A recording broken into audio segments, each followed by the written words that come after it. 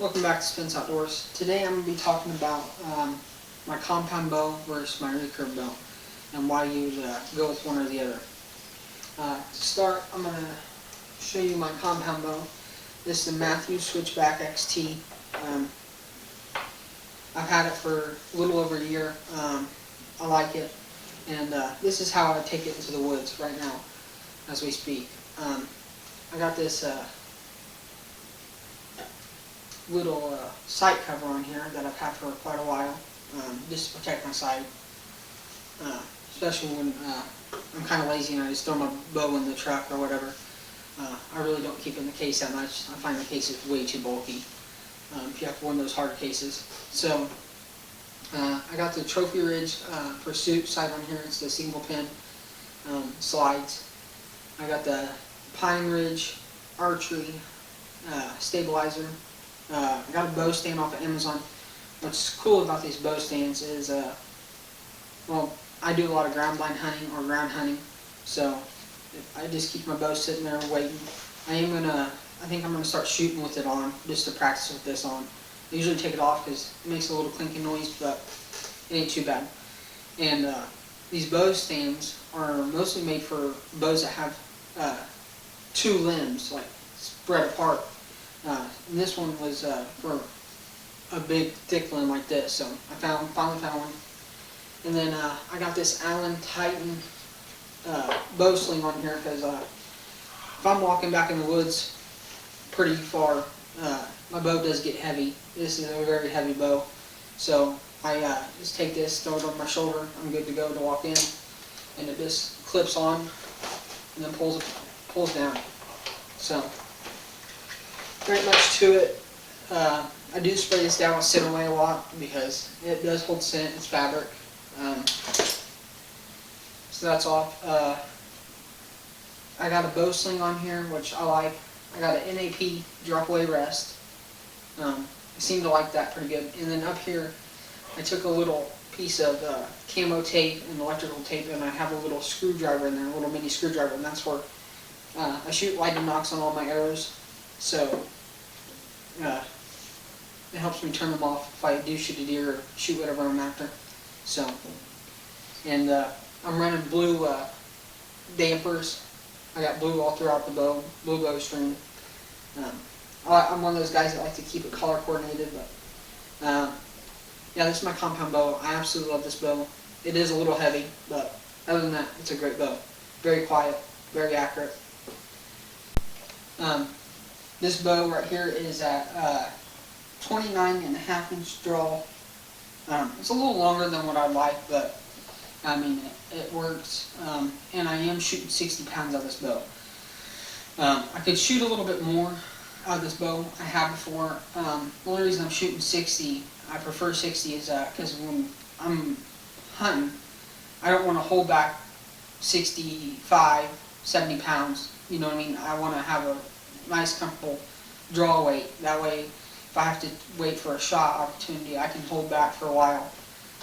Still not a long time, but it works. Other than that, this bow is fantastic.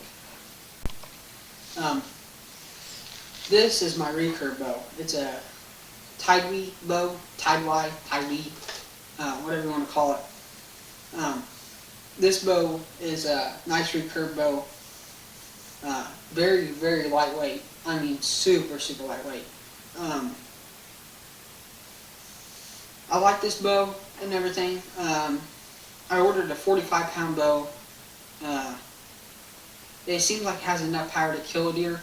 I just think they'd have to be 20 yards or closer, in my personal opinion. I ain't the best at shooting it yet. I just got it. I've always shot compounds.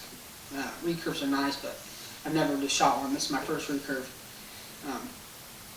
Seems pretty durable though. For my compound bow, I'm shooting this True Ball wrist release. I absolutely love this release. I think it's about one of the best releases I've ever shot. I've had it since I was a little kid. I've done some modifications to it of my own. I made it a little bit longer, just because I like a longer release. I like to have my finger fully extended.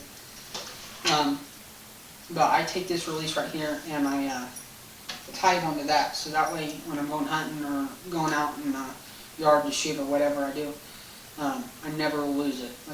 I've left releases at home before, and you get all the way out there and you don't have a backup or whatever, it sucks. So I keep this one on the bow strap at all times, and then I also keep one, I attach this to that also, and I have wax in here, parts to fix my bow, extra knocks, whatever I need, because when I get out there I do not want to leave something or forget something or something to happen. I want to always be prepared for that. So those two things stay on my thing at all times, and I got a backup release in there in case this one was to fall off or whatever. Going over to my arrows that I shoot with my compound bow, I am shooting the Maxima Red. They're 350 grains, so I'm like at 425 grains or something like that total. And I did buy some blue lighting nocks, which are pretty cool. Red, white, and blue arrows with the blue bow. It seems pretty cool. I like it a lot.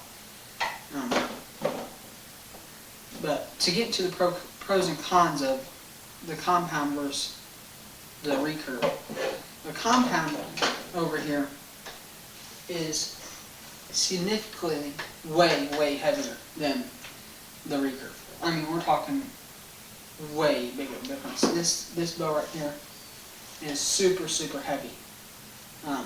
When I'm walking in there deep, I can definitely feel it on my shoulder, or just if I carry it or by the strap or whatever.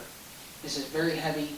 I do like it because it's a shorter axle to axle than a recurve would be, because I do a lot of ground blind hunting and stuff like that. So I like that for that. The draw weight on it, I can feel it. It's a lot easier on my shoulders to pull back. I don't have to hold it, like try to aim. I just put the target or put the pin on the target, let her swing, let her eat. So I do like that. Another pro for this bow is it shoots way faster than a recurve. I mean, we're talking a lot faster. When you shoot this bow, it's cooking some heat. I mean, you're going to do some damage to deer. And not only that, I can shoot out to 60 yards if I wanted to. It's going to be accurate. I mean, if I have sighted in, well, it's going to kill a deer out to far range. You wouldn't have to wait until they get super close. So I like this bow. It's fun to shoot. The recurve is a little bit more challenging, and that's why I like it. But this is a good bow. So for the pros I got on this is it's shorter axle, more quiet, a lot faster, and more accurate. That's the pros on this bow. The cons are it's way heavier, a lot more money to buy it. I mean, we're talking a big price difference. We're talking hundreds of dollars compared to maybe $100, $200. And all the accessories for this bow, I mean, stabilizer, wrist string, bow stand. I mean, you wouldn't need all that if you didn't want that sight. There's a lot more stuff that goes into this bow than this would. The pros and cons on this, there's a lot of pros and there's some cons about it. You know what I mean? I think the most con that gets me is it's super heavy. I mean, this bow is heavy, and when you're sitting there waiting for a deer, and you're just trying to keep it steady, and I mean, your arm gets to shaking because it's heavy. Now the pros on the recurve bow. The recurve pro is it's super lightweight, and we're talking the price difference. This is maybe $200 if you get another one different than this. I think this one I bought for $95. I got it on my sale. I think they sell for around $140 regularly, but big price difference. I mean, we're talking hundreds of dollars compared to maybe $100 to $200. Also, with this bow, you can buy everything included. I bought this. It came with a sight. It came with finger tab. It came with 6 arrows with field points already on it. I mean, you're getting a lot in this package. That's why I like it. This bow, even though it's cheap, it's well made. It's held up. I've shot it a lot. I mean, it's well made. You know what you're getting. So yeah. In my opinion, or the cons on this bow is it's going to be a lot louder to draw back than that compound would be in a hunting situation. I mean, you're talking quiet woods, the deer are going to hear that arrow go up against, or sliding back. It's just going to be a lot louder. Also, another con on this bow is it's definitely not shooting as fast as compound. I mean, as to be expected. It's just not shooting as fast, less penetration. You know, you're going to have to wait until they get closer. But, in my opinion, if I could go back and start archery all over again, I think I would definitely just get into recurve first. I think that would help me learn not only as a hunter but like an archer, because you're taking your time with a recurve. You're actually learning where to aim. You're not relying on a sight, or if you wanted a sight you could, but you're not relying on the sight.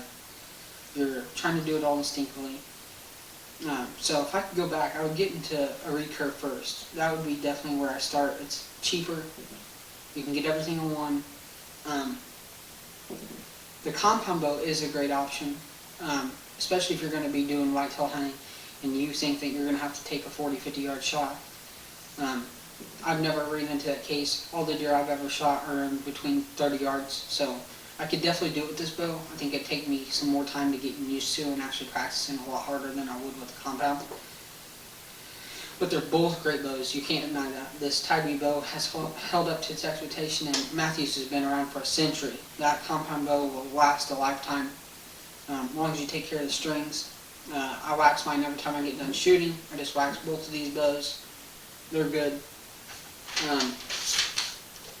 But yeah, if I was to do it all over again, I think I'd get in the recurve first. And that's definitely the way to go in my opinion.